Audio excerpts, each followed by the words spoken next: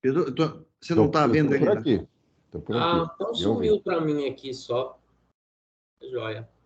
O Dr. Douglas está aí também conosco, né? Uhum. Muito bem, a transcrição já... então tá bom. A transcrição já começou. Então, hoje é dia 20 de setembro de 2022. Declaro aberta a sessão da segunda Câmara Julgadora do Tribunal de Impostos e Taxas. Bom dia a todos. Eu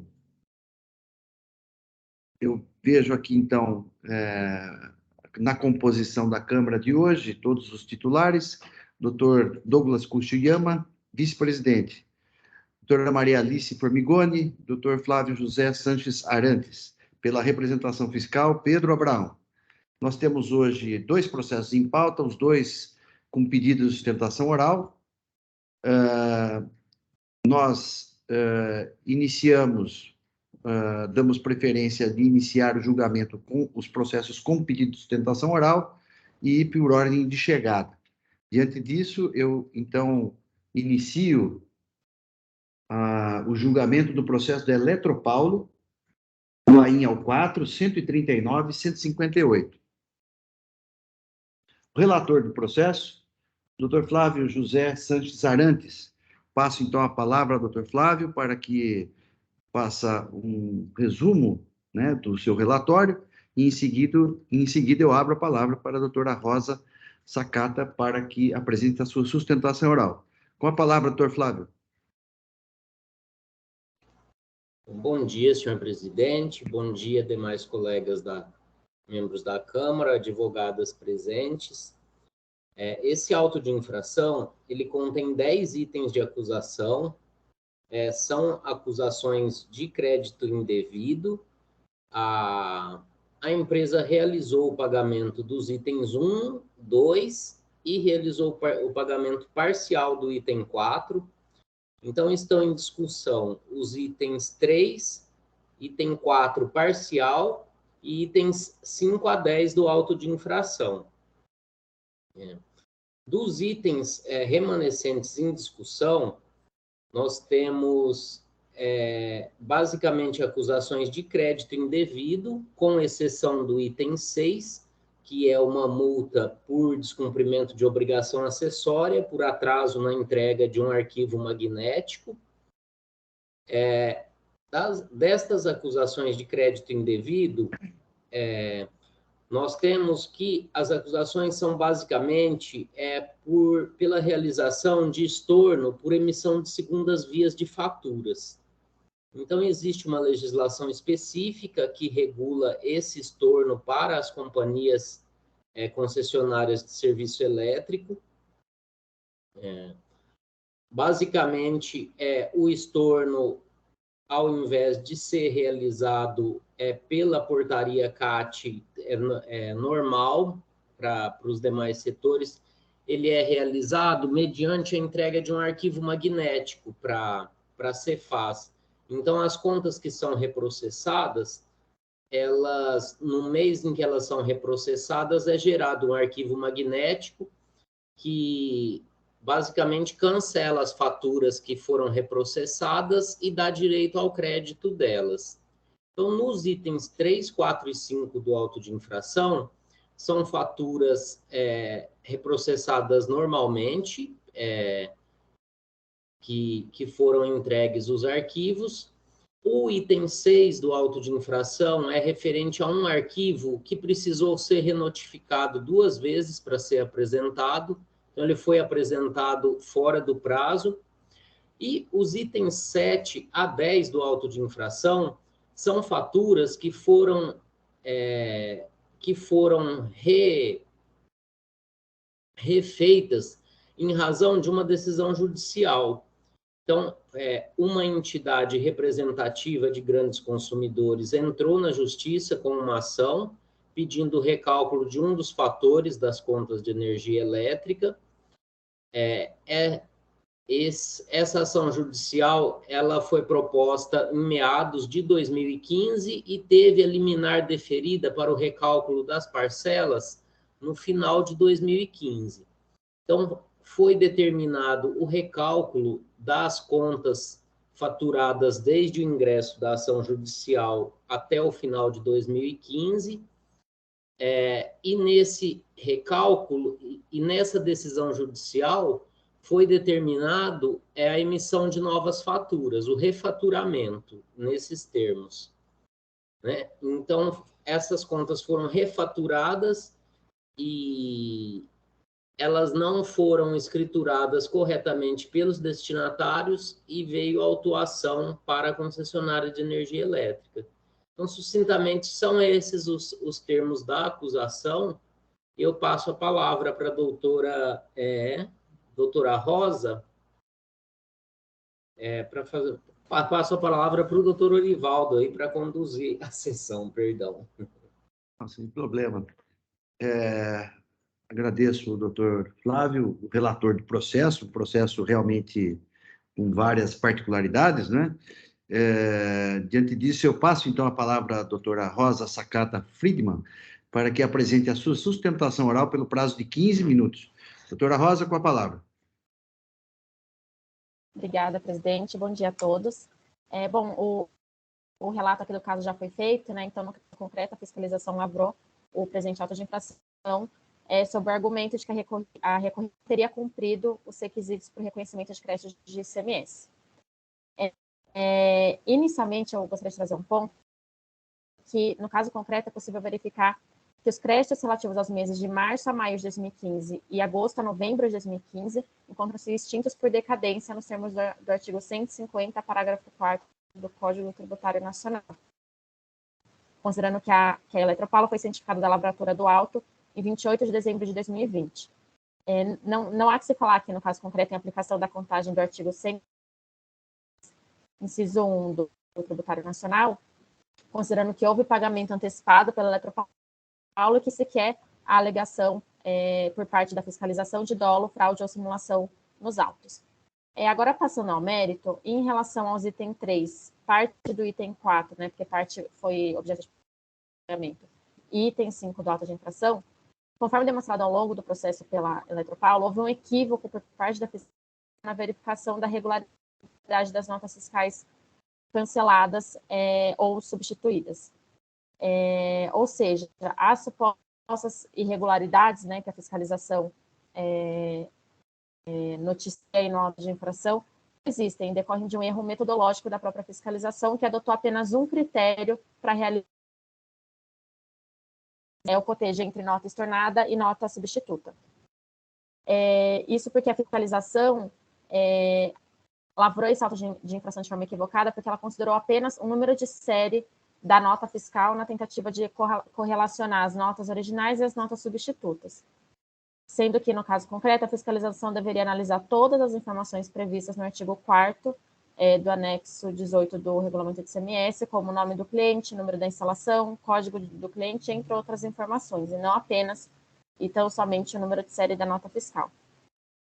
Para sanar tal equívoco da fiscalização, a Eletropaulo apresentou, ao longo do processo, né, planilhas contendo comparativo de nota estornada e nota substituta, planilha contendo informações sobre as notas que o fisco considerou canceladas, né, que são os documentos 10 a 12 da impugnação, e, além disso, em uma manifestação posterior à apresentação da defesa, a Eletropaulo também juntou aos autos as notas fiscais substitutas e substituídas e os respectivos recibos de transmissão, que demonstram a regularidade do crédito glosado nesses itens.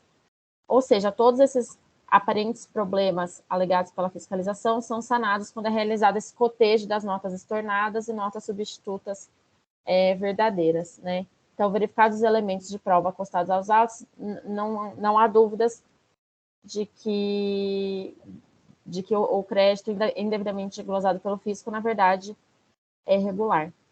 É importante ressaltar aqui também que os requisitos da portaria CAT 55 de 2004 e do artigo 4º do anexo 18 do regulamento têm a finalidade de garantir ao fisco a possibilidade de averiguar o conteúdo das operações de estorno, ou seja, de aferir a regularidade e a validade do creditamento realizado pelo contribuinte. No entanto, o direito ao creditamento em si não surge do cumprimento desses requisitos, mas sim do recolhimento a maior do imposto, ocasionado por erros diversos na emissão da documentação fiscal. Então, se existe uma demonstração clara dos equívocos relacionados ao destaque do imposto, e se houve cumprimento da legislação na medida suficiente a permitir que o fisco realize esse papel de conferência, não tem como impedir o correspondente creditamento com base na alegação de que uma ou outra exigência não foram observadas. A apresentação das notas externadas e das notas substituídas, os respectivos arquivos digitais que foram juntados aos autos também, consistem em um conjunto comprobatório apto a demonstrar a materialidade que garante o direito ao crédito do ICMS. Portanto, considerando o princípio da verdade material, é possível que se reconheça a irregularidade dos créditos apurados pela Eletropaulo, decorrentes do estorno de débitos e desconstituindo, portanto, esses itens do auto de infração. Em relação aos itens 7 a 10 do auto de infração, a recorrente foi autuada por ter supostamente deixado de entregar notas fiscais substitutas aos seus clientes livres. E aí, aqui a fiscalização menciona, quais são esses clientes. De acordo com a portaria CAT 55 de 2004, para se creditar do valor do imposto destacado em nota fiscal, o contribuinte tem que emitir a nota fiscal substituta, fazendo constar a observação de que é uma nota fiscal de energia elétrica, gerar um arquivo digital de estorno e emitir a NFE, a nota fiscal eletrônica, escrituando ela no livro de registro de entradas. Além disso, é dever do contribuinte transmitir à Secretaria da Fazenda o arquivo digital de estorno de débito e o arquivo digital da NFE, da nota fiscal eletrônica, no modelo 55. Ao contrário, no entanto, do que dá a entender a fiscalização, não há nessa portaria CAT nenhuma obrigação legal determinando que a distribuidora comunique o seu cliente da emissão da nota fiscal substitutiva, sendo necessário apenas que o fisco tenha ciência da emissão dessa nota fiscal. Ou seja, a exigência da comprovação de entrega ou da disponibilização da nota fiscal aos clientes livres da Eletropaulo é descabida, uma vez que não existe determinação legal ou mesmo infralegal nesse sentido. Além disso, ainda que a Eletropaulo não tenha a obrigação de informar aos seus clientes livres a emissão dessas notas fiscais, a recorrente demonstrou nos autos que os seus clientes, que esses clientes tinham conhecimento da emissão de tais notas fiscais, justamente pelo ajuizamento da ação declaratória, mencionada aqui no relatório do caso, que foi a ação ajuizada pela Associação Brasileira de Grandes Consumidores Industriais de Energia e de Consumidores Livres, em face da ANEEL, com o objetivo de declarar a inegibilidade de parte do preço público. Ou seja, a modificação que deu origem às notas fiscais substitutivas decorre de uma medida judicial, que foi o deferimento da liminar, também mencionada aqui no relatório, que foi proferida nos autos de um processo judicial iniciado pela associação de classes da qual os clientes livres fazem parte. Ou seja, ainda que indiretamente, os próprios clientes foram participantes do evento que ensejou a necessidade da emissão dessas notas substitutivas. E além do conhecimento da emissão das notas pela existência do processo judicial, os clientes livres também tiveram conhecimento da emissão dessas notas ao receber as faturas de energia elétrica posteriores, uma vez que restou indicado nessas faturas um crédito a receber diante do anterior pagamento maior. Especificamente no caso de um cliente da Braskem, que é a única que é companhia aberta, também é possível verificar em sua indicando claro e inequívoco o conhecimento da situação que ensejou a emissão das notas fiscais substitutivas. Portanto, não há que se falar aqui que os clientes livres da recorrente da Eletropaulo não tinham sido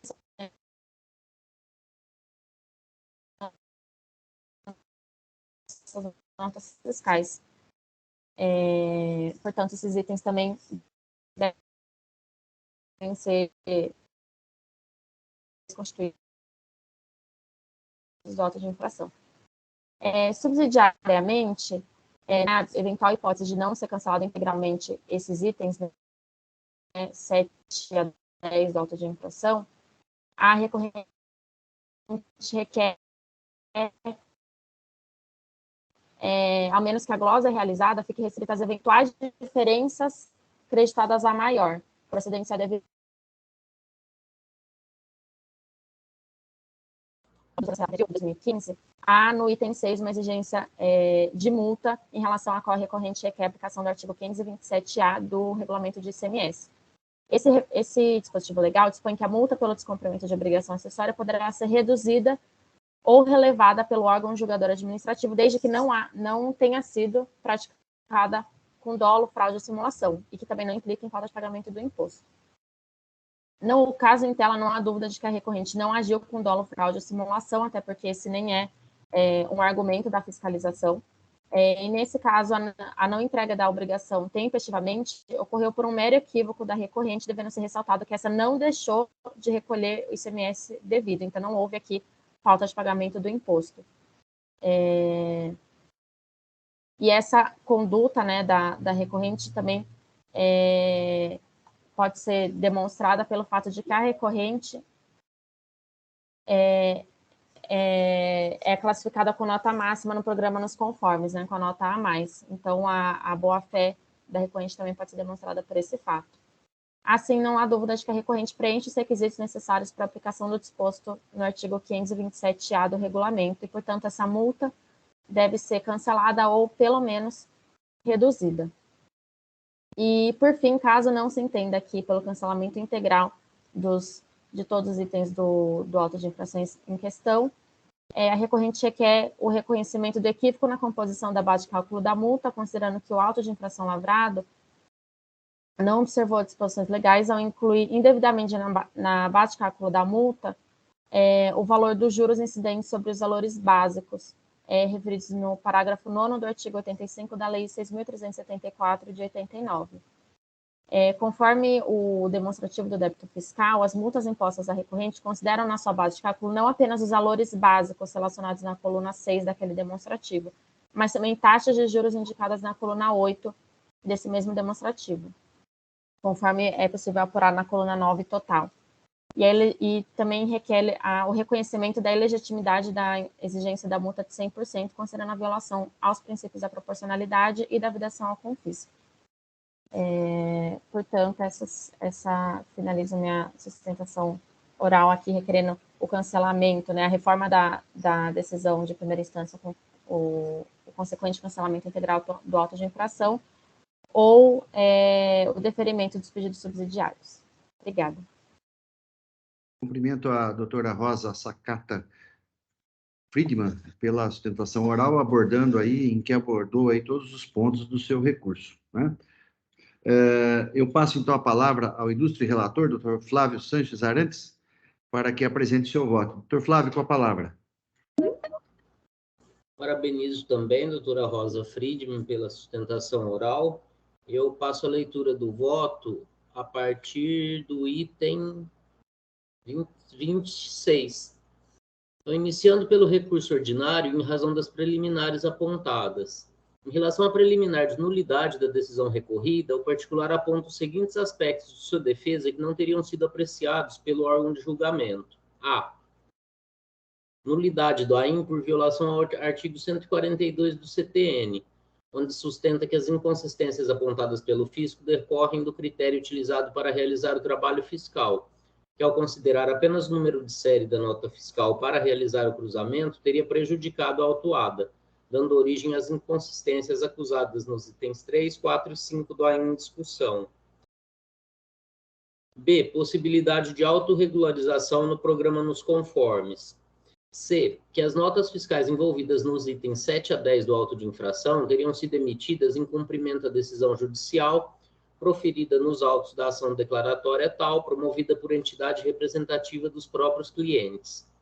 D. Que não há na legislação obrigatoriedade de informação aos clientes livres da emissão de notas fiscais substitutas, e que, como o procedimento gerou um crédito aos clientes em fatura subsequente, não haveria como os clientes alegarem desconhecimento da emissão das notas fiscais substitutas. Observa-se que os itens mais relevantes do auto de infração, que são os itens 7 a 10, cuidam de algumas notas fiscais substitutas emitidas para 4 grandes consumidores, beneficiados por decisão liminar proferida nos autos da ação judicial número tal. Ao passo em que o fisco entende que, como a concessionária não comprovou a entrega das notas substitutas aos clientes que declararam não saber dos refaturamentos, não há direito ao crédito por parte da concessionária, a autuada se defende dizendo que os clientes não poderiam ignorar a emissão das notas fiscais, tendo em vista que a emissão decorreu de medida judicial pleiteada pelos próprios consumidores, e também que não há na legislação obrigatoriedade de comprovação da entrega das notas substitutas aos clientes. Verificando as provas juntadas aos autos, localiza-se a Resolução Homologatória 1967/2015, cuja emissão foi motivada pela decisão judicial em comento, de cujo teor extraio os seguintes trechos. Aí eu vou fazer a leitura aqui do trecho da decisão homologatória, porque eu achei bem importante para a decisão. Então, artigo 3º. As tarifas de que tratam os artigos 1º e 2º têm vigência a partir de 3 de julho de 2015, enquanto perdurar os efeitos da antecipação de tutela concedida no processo judicial número tal, observada a data de associação do consumidor à Abrace. Parágrafo 1º. As concessionárias deverão refaturar os ciclos de faturamento nos quais a decisão judicial produz efeitos, sendo que eventuais valores a cobrar ou a devolver devem ser obtidos pela diferença entre o valor que foi pago à época pelo consumidor e o novo valor a ser calculado de acordo com as tarifas publicadas nessa resolução, sem atualização monetária. Parágrafo 2º. Caso o valor a compensar ao consumidor seja superior ao valor da fatura, o crédito remanescente deve ser compensado nos ciclos de faturamento subsequentes. Artigo 4º. O consumidor associado da Abrace deverá comprovar à respectiva concessionária acessada que é parte afetada na ação ordinária do processo judicial número tal, por meio de documentos que vinculem a unidade consumidora à Abrace. Aí volto à leitura do voto.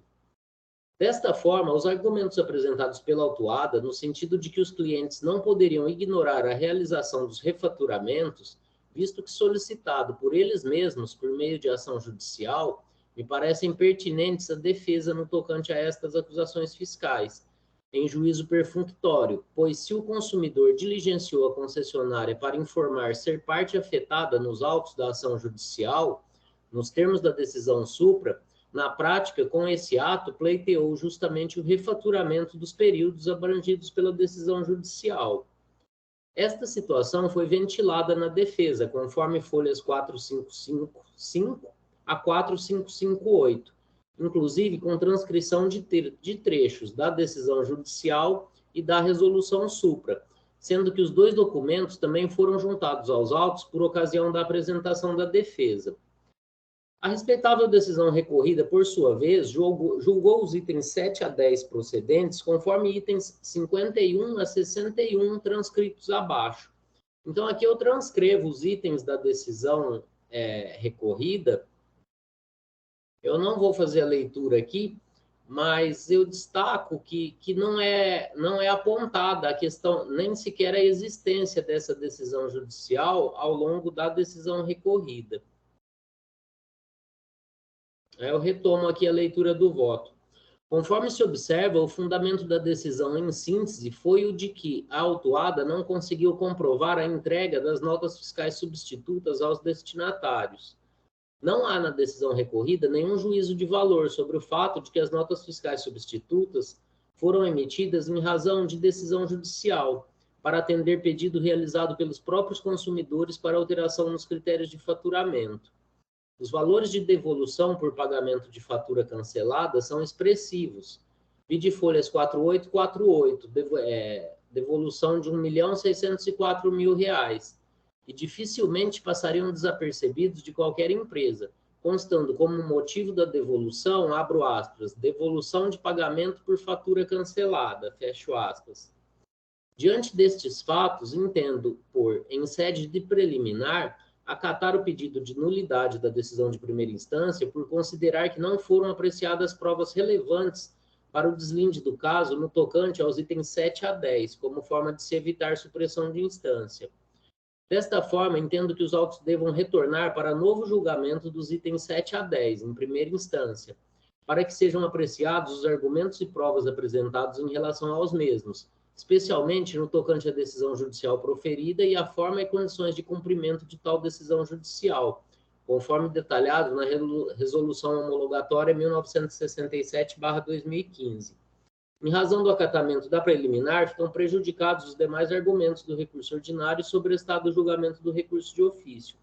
Esta decisão não anula o julgamento já realizado em relação aos itens 1 a 6. Então, diante do exposto, dou provimento ao recurso ordinário para determinar que seja realizado novo julgamento dos itens 7 a 10 do auto de infração. É esse o voto, senhor presidente. Cumprimento o ilustre relator pelo voto proferido, articulando e fundamentando aí a necessidade de um novo julgamento aí parcial, né, em relação aos itens indicados. O processo está em discussão.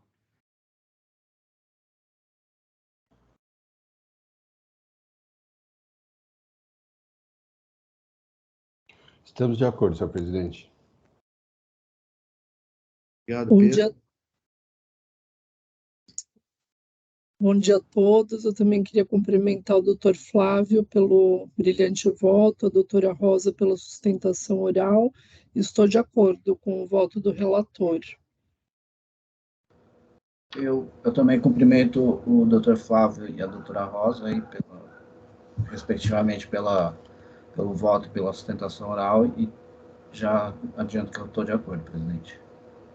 Eu também vou acompanhar o relator, realmente questão relevante, aí, como muito bem apontado aí pelo relator, no voto, questão relevante que não foi apreciada, né? É uma situação bem específica esse caso, né? Muito bem, então, diante da intervenção de todos, eu estou encerrando os debates. Eu peço que os senhores juízes confirmem presença para quórum de votação.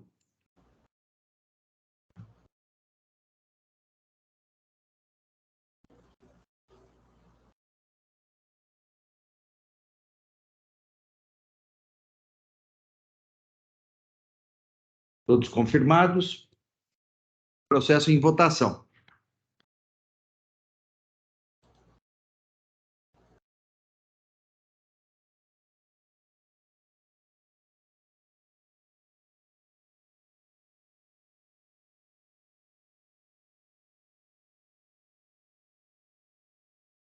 Votação encerrada. Proclamo o resultado do julgamento. Decisão de primeira instância parcialmente anulada, com determinação para o retorno dos autos à primeira instância para complemento do julgado à unanimidade. Julgamento encerrado. Agradeço à doutora Rosa pela presença. Senhor presidente, peço desculpas, é que minha internet caiu aqui bem na hora da finalização dos votos. Eu acabei de conseguir reconectar, desculpa. Eu ouvi até o voto do Dr. Douglas, que acompanhou, né, o relator. Sim, eu acompanhei também, né? Então foi a unanimidade. Ah, tá ótimo, desculpa, viu? Muito obrigada. Imagina, não, sem problema. Bom dia, até mais. Até, com licença. Passamos então ao próximo processo da pauta. Companhia Brasileira de Distribuição, auto de infração 4.141.228. O relator é o Dr. Douglas Kakazu Kuchiyama, pela CBD, a doutora Gabriela Lins. Dr. Douglas, com a palavra para nos apresentar o processo. Em seguida, eu passo a palavra à advogada para que apresente a sustentação oral. Tá. Bom dia. É um recurso ordinário, a decisão que julgou procedente o auto de infração lavrado contra a empresa, que teria cometido a seguinte infração: infrações relativas ao pagamento do imposto, deixou de pagar ICMS substituição tributária devido no valor total indicado, no valor declarado na GIA, substituição tributária, cujos fatos geradores ocorreram no mês de dezembro de 2016, nos termos do artigo 426-A do RICMES, conforme regime especial processo ali indicado, embora notificado em 13 de 6 de 2019 a recolher o valor do imposto devido. conforme estabelecido no artigo 6º, parágrafo 3º, item 2, alineado, regime especial. Em virtude do indeferimento do seu pedido de restituição, o contribuinte não efetuou o referido recolhimento. Notificada da lavratura do AIM, a recorrente apresentou defesa, foi apresentada manifestação fiscal, em que o fiscal atuante pugnou pela manutenção integral do auto, sobreveio decisão que julgou procedente o AIM. O contribuinte, hora recorrente, apresentou recurso ordinário, que eu vou deixar para a patrona expor suas razões. Foram apresentadas contra-razões ao recurso ordinário, pugnando pelo seu provimento também. É o relatório em síntese, presidente. Agradeço ao doutor Douglas, relator do processo, pelo relatório bem objetivo. Eu passo, então, a palavra à doutora Gabriela para que apresente a sua sustentação oral pelo prazo de 15 minutos. Doutora Gabriela, com a palavra. Muito obrigada. Bom dia, ilustríssimos jogadores, ilustríssimos relatores, demais colegas aqui presentes. Como muito bem já adiantado, trata-se de auto de infração no montante de mais de 8 milhões de falta de pagamento CMS-ST, e o caso ele se refere à operação em que a recorrente ela promove saída interestadual de mercadoria sujeita ao regime de substituição tributária, das quais o ICMS ele é devido pelas sucessivas saídas internas e ele é antecipadamente retido na respectiva aquisição ou entrada da mercadoria no estabelecimento da recorrente. E aí, nessas hipóteses, a legislação paulista ela permite o ressarcimento de CMS-ST anteriormente recolhido, que deve ser lançado na apuração de CMS, naquele quadro crédito do imposto, outros créditos, nos termos do 269 e 270 do RICMES. E aí é importante esclarecer que, sujeito a esse recolhimento antecipado de CMS, nos termos do 426A do RICMES, a recorrente ela celebrou com o Estado de São Paulo um regime especial, a fim de que esses créditos de ressarcimento de ST também fossem usados para compensar débitos oriundos do regime de antecipação, do 426A. E aí cumpre trazer fato novo, ao presente julgamento, que foi também trazido em memoriais, e até já no recurso ordinário, que é o fundamento legal para essa autuação, que é o artigo 426A, ele não pode subsistir, tendo em vista que a aplicação desse dispositivo foi afastada pelo STF ao julgar o tema de repercussão geral 456, e essa posição ela foi confirmada por decisão judicial proferida em ação ajuizada pela recorrente. E aí, em síntese, o acordo do STF, ele conseguindo aqui, o prazo para pagamento de ICMS, ele pode ser fixado através de decreto estadual, e somente é possível falar em prazo de pagamento após a ocorrência do fato gerador expressamente previsto em lei. E a forma de determinação de pagamento de ICMS antes da ocorrência do fato gerador, sob forma de antecipação, apenas pode ser fixada mediante previsão em lei. E como se verifica da 6.374, que institui a cobrança de ICMS aqui no Estado de São Paulo, a autoridade autuante não está autorizada a cobrar da recorrente a antecipação de ICMS da forma como pretendida no 426A do RICMES. E a lei estadual de regência não estabelece como fato gerador para a cobrança do ICMS a entrada de mercadoria no Estado, seja ele recolhido em razão de operações próprias da recorrente ou em substituição tributária. E aí, então, por isso está caracterizada a hipótese de aplicação da tese fixada no STF em sede de repercussão geral. Inclusive, a 6ª Câmara Julgadora aqui do TIT, em maio deste ano, já aplicou esse entendimento, cuja ementa está em memoriais, nos autos, colacionada para conferências dos julgadores. E aí, mais do que isso também, a recorrente ela tem um mandato de segurança na esfera judicial, no âmbito do qual buscou reafirmar o seu direito de não se sujeitar ao recolhimento de ICMS na entrada da mercadoria no Estado de São Paulo, já que esse fato gerador tributário não se encontra descrito no artigo 2º da Lei 6.374 de 89. E esse acordo ele transitou em julgado dia 15/10/2021, tornando definitivo o reconhecimento da recorrente de não ser obrigado ao recolhimento de ICMS antecipado no ingresso de mercadoria no Estado de São Paulo. E aí, mesmo assim, caso superado que essa autuação que apresenta por fundamento legal 426A do regulamento CMS, que ele não pode subsistir, tendo em vista a aplicação deste dispositivo, foi afastado pelo STF e que existe uma decisão já transitada em julgado a favor da recorrente, eu passarei a rememorar alguns pontos do nosso recurso ordinário. Então, para requerer os créditos que faz jus junto ao fisco paulista, a recorrente ela apresenta mensalmente pedidos de ressarcimento na DTJ, que deve ser instruído com documentos exigidos pela portaria CAT, aí principalmente os modelos 1 e 3. E aí, nesse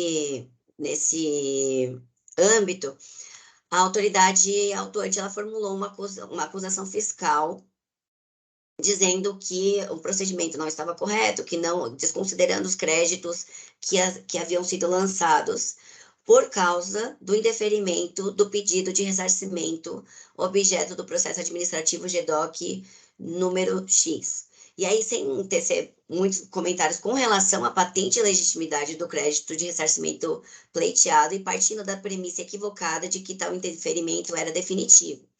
E aí é importante pontuar que a decisão do TJ ela deixou de considerar os vícios que permearam a análise desse pedido de ressarcimento. Deixou de considerar também que esse pedido de ressarcimento foi acompanhado de robusta prova, principalmente os modelos 1 e 3, exigidos pela portaria CAT, que não foram devidamente analisados. Esses pedidos de ressarcimento foram totalmente indeferidos por meio de amostra das operações, que a recorrente conseguiu demonstrar que a efetiva inexistência dessas inconsistências por meio de apresentação do pedido de reconsideração, que não foi devidamente analisada pela autoridade fiscal. Inclusive, tudo isso se confirma pelos recentes julgados que tivemos na esfera judicial, do qual eu mesmo presenciei, proferidas pelo Tribunal de Justiça do Estado de São Paulo, em que a recorrente é parte e que apenas no judiciário, após a realização da prova pericial, foi possível constatar a integralidade dos nossos créditos e a afetividade desses créditos. Todos os modelos foram analisados, todos os reprocessamentos desses arquivos foram analisados, e aí foi atestada a integralidade desses créditos e a efetividade desses créditos, e só no Tribunal de Justiça é que foi reconhecida a legitimidade dos créditos da recorrente. E aí não seria necessário que a discussão se arrastasse por tantos anos para desaguar no judiciário, para que um perito contábil venha confirmar algo que poderia, por exemplo, ser confirmado aqui em diligência na esfera administrativa.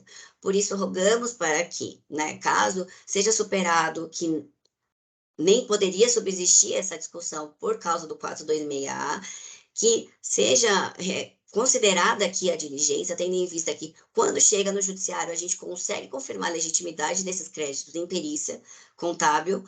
Por isso, rogamos pelo provimento do nosso recurso ordinário. E, por fim, também relembro que, recentemente, no julgamento realizado em 9/6/2022, a Câmara Superior desse egrégio TIT decidiu por revogar uma de suas súmulas, que é a número 8, e alterar outra, que é a número 10, que foi revisada, que fala sobre a limitação dos juros ao teto da Selic. Muito obrigada pela atenção de todos. Parabenizo a doutora Gabriela pela sustentação oral, pela objetividade e pela assertividade também de seus argumentos. Eu passo, então, a palavra ao doutor Douglas, relator do processo, para que apresente seu voto. Doutor Douglas, com a palavra. Obrigado, presidente. Conforme se extrai dos presentes autos, a recorrente foi autuada, pois aí eu transcrevo aqui parte da autuação, deixou de pagar o ICMS, substituição tributária devida e tal.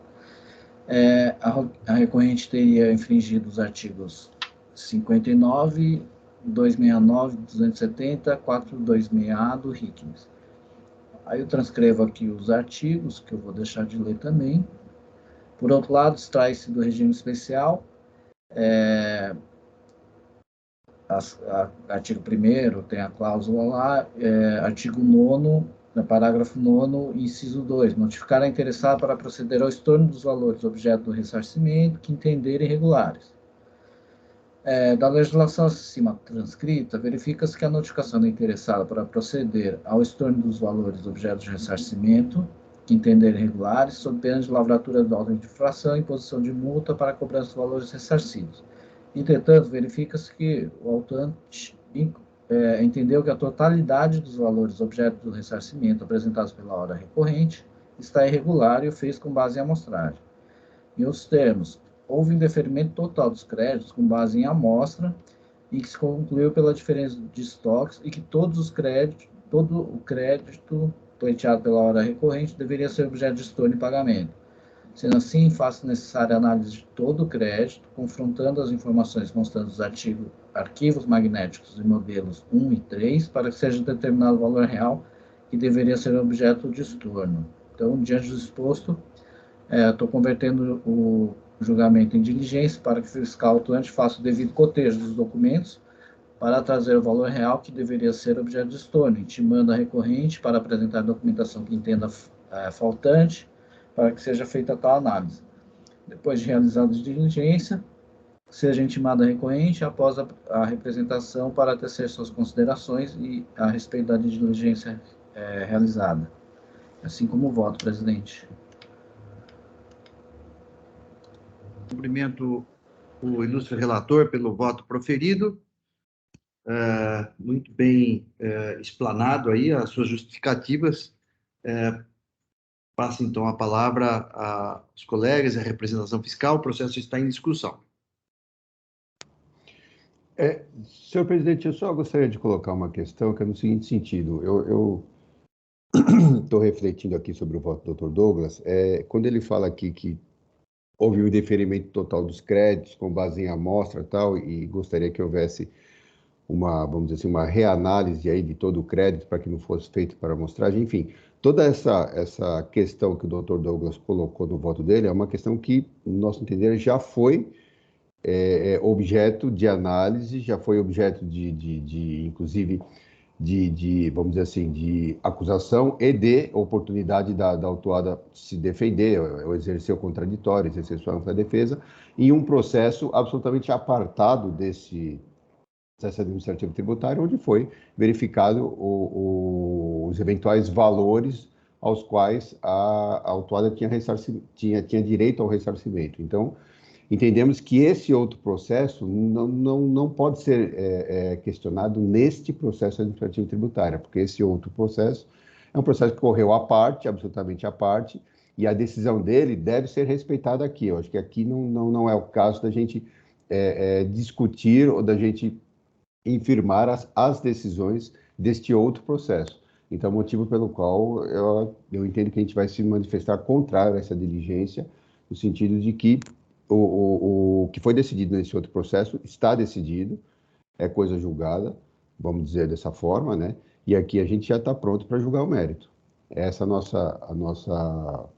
a nossa posição, e aí eu vou colocar uma pequena manifestação em sessão nesse sentido, senhor presidente. Obrigado. Agora, só uma dúvida aqui, Pedro. Na verdade, sim, pela análise desse outro processo que você menciona, fala-se assim, né? É a mesma coisa. Foram feitas as análises por amostragem e tal, e a gente conclui que ele indefere tudo, né? Esse é o ponto que eu estou colocando, porque, assim, uma coisa é falar assim, tá, eu vi por amostragem,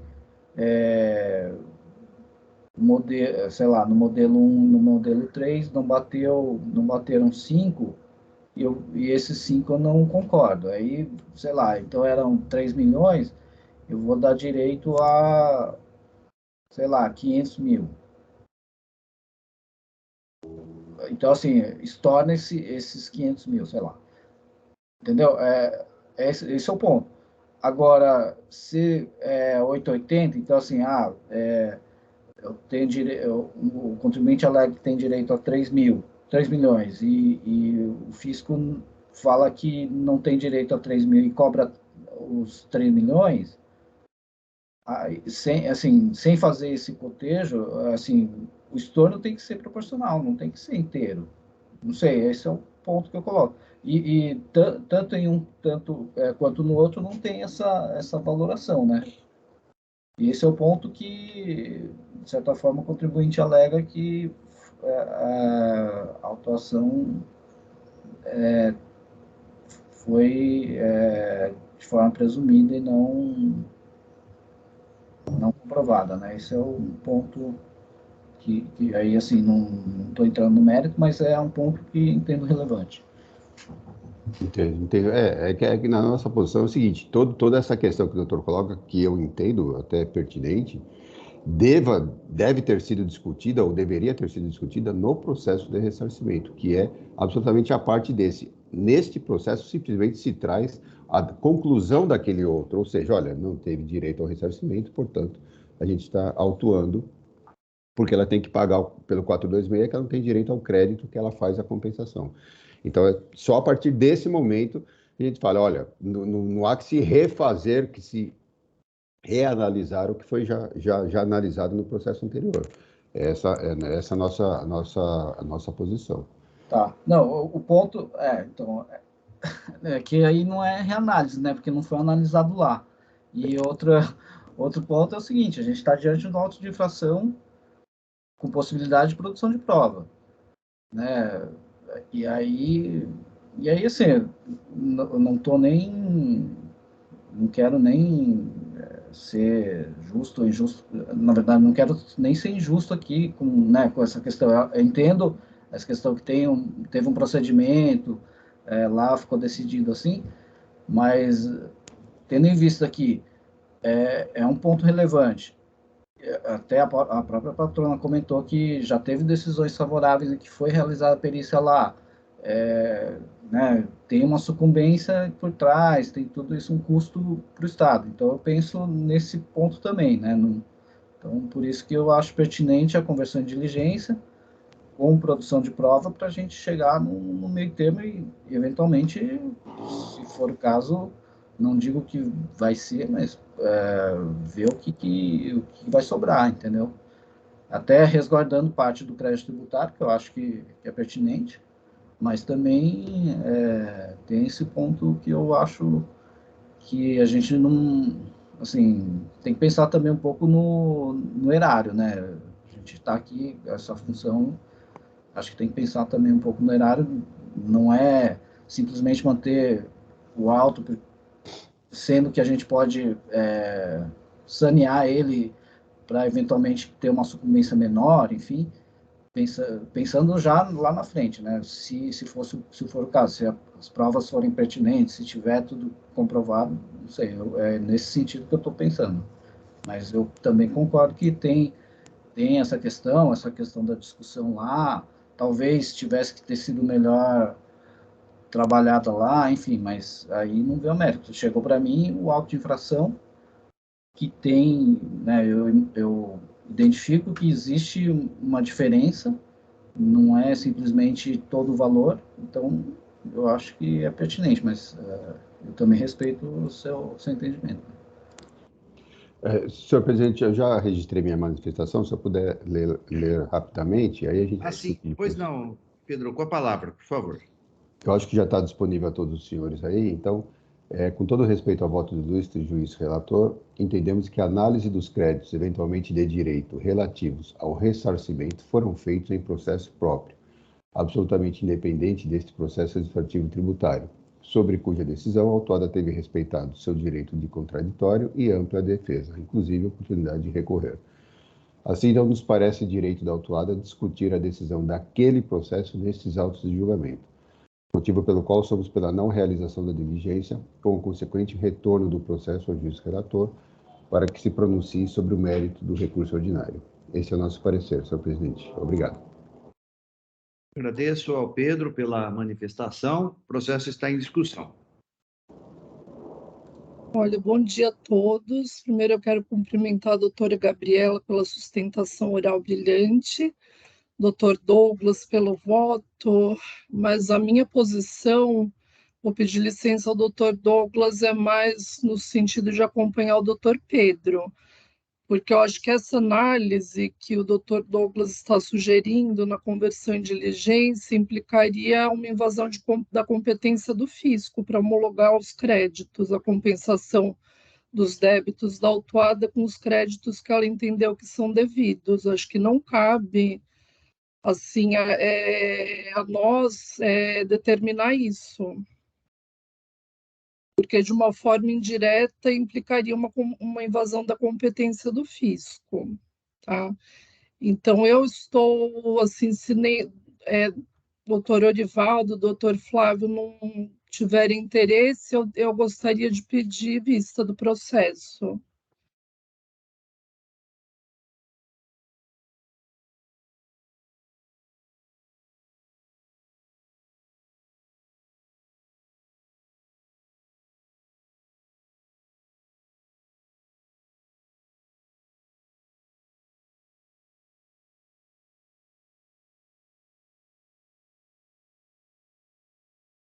Bom, eu também parabenizo o doutor Douglas pelo voto, doutora Gabriela pela sustentação oral. Eu tenho dúvida, doutor Douglas, tem várias planilhas aí de valores de confronto, algumas da ordem de 4,5 milhões, outras da ordem de 3 milhões também. Eu pergunto se não foi feito esse ajuste já nos autos, porque parece que é uma cópia do processo administrativo onde foi analisado o ressarcimento, e me parece que tem alguns valores superiores aí a esses 3 milhões para o mês de novembro, e acabou sendo glosado os 3 milhões, né? Vou dar um exemplo aqui. As folhas 99, por exemplo.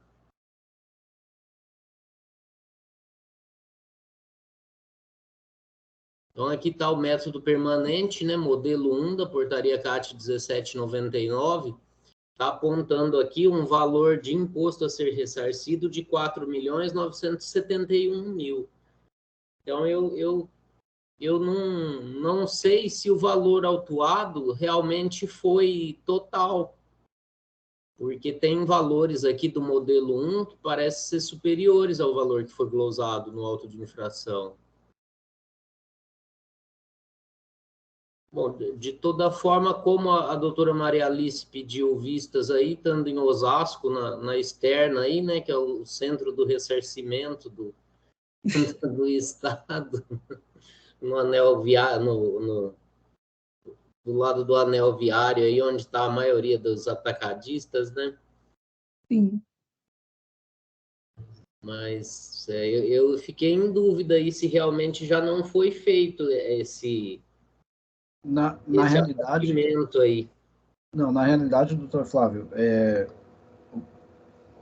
aí a doutora, se quiser esclarecer depois, mas é o seguinte, ele apresentou com 3 e pouco, e aí eu não sei agora exatamente o motivo, foi pedido para reapresentar o modelo 1.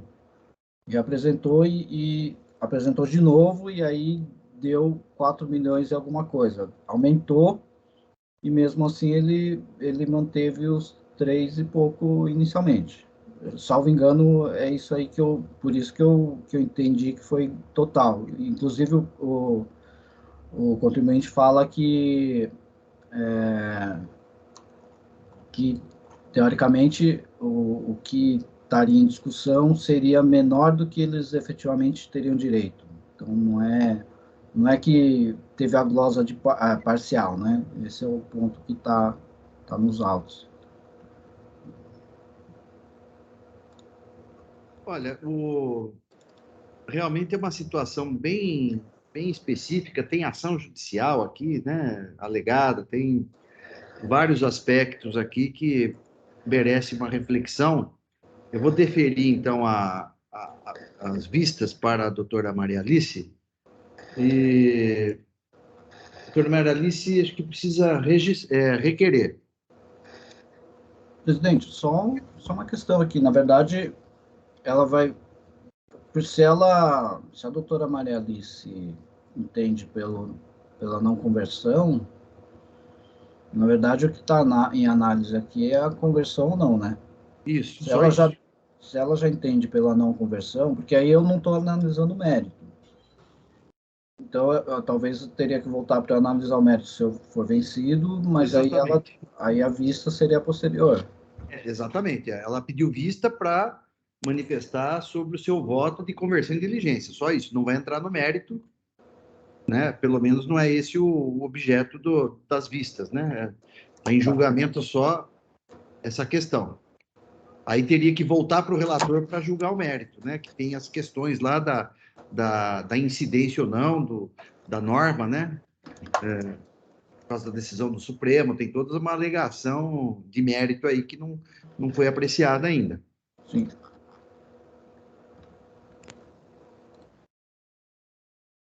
É isso? Eu estou de acordo, sim. Seria para discutir, a princípio, a conversão em diligência, o cabimento ou não da conversão em diligência.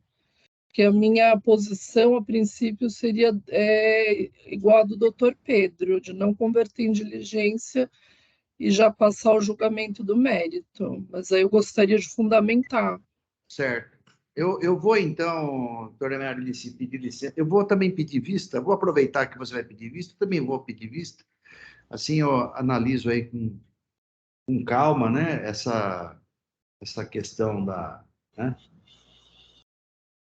da diligência, né, que realmente é bem interessante. As observações do Dr. Flávio também são bem interessantes. Então, eu vou pedir vista também. Assim, analisamos com bastante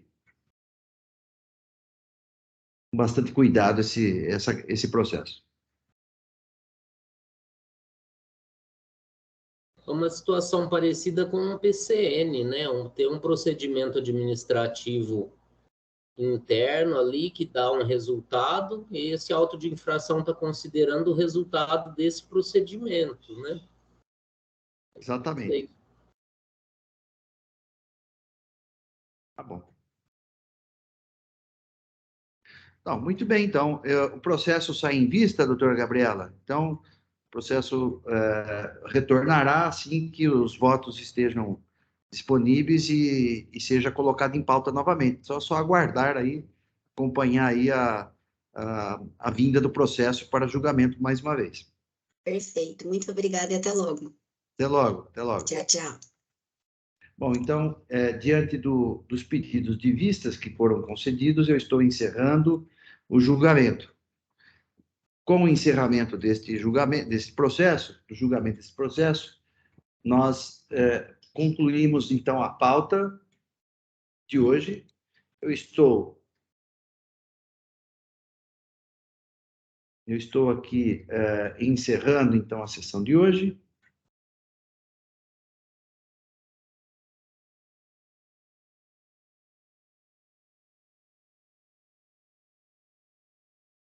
Muito bem. Declaro, então, encerrada a sessão de hoje da segunda Câmara do Tribunal de Impostos e Taxas. Agradeço aí a presença e o empenho de todos e até a semana que vem, até terça-feira que vem. Eu peço, então, que o Oswaldo encerre a gravação para que possamos sair